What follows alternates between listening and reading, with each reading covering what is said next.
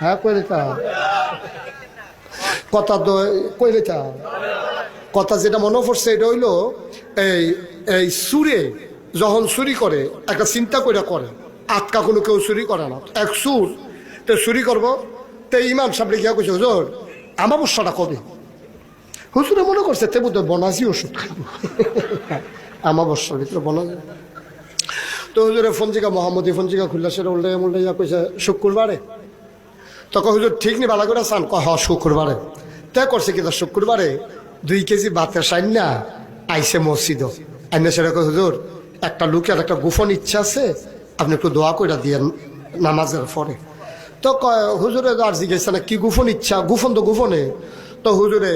এই নামাজ যখন শেষ হয়েছে তো কইছে সকলে বইয়েন বাকি নামাজের পরে দোয়া আছে তো সকলে তো বইয়া রয়েছে তো হুজুরে কইছে একজন মানুষের গোপন ইচ্ছা আছে